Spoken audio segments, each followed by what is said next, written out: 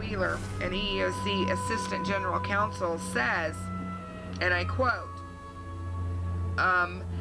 stamping out retaliation is the Commission's top priority. Enforcement of anti-discrimination laws depends totally on people coming to file complaints. She says if people didn't feel free to do that, the laws don't get enforced. That is exactly how I felt going to the EEOC. It took me a tremendous amount of encouragement from my friends and my family to go forth with filing a claim with the EEOC, especially after the fact that I had filed the sexual harassment claim with the EEOC and they did not support me. However, when I went back, before being fired, when I went back to my foremans that I had made the sexual harassment claim to and asked had they questioned any of the male witnesses about the sexual harassment, being witnesses to it, they said no. They then questioned at least one individual that I had told them was a witness to it. When they questioned him, they then decided that the gentleman, the man that had verbally sexually harassed me, needed to be terminated.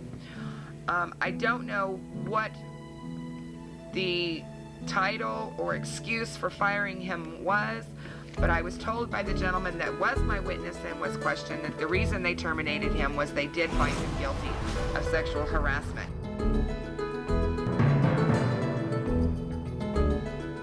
Retaliation is the number one risk for employers today.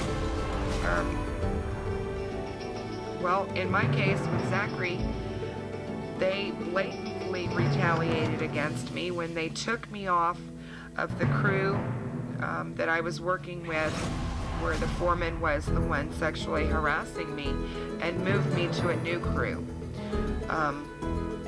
As the days progressed and the hours wore on, it was harder and harder for me to come to work on a daily basis because of the retaliation. It was very heartening, not only mentally but physically, because I was doing stuff that was menial, that was below my qualifications.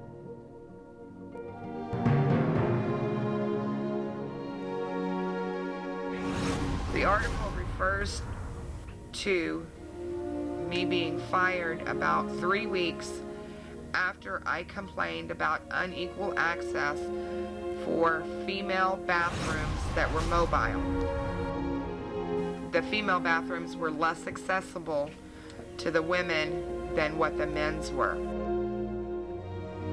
When I asked my foremans, my safety officers, my co-workers, and my superintendents about getting a bathroom located in my work area, set right next to a men's mobile bathroom, I was told that the bathrooms were not mobile.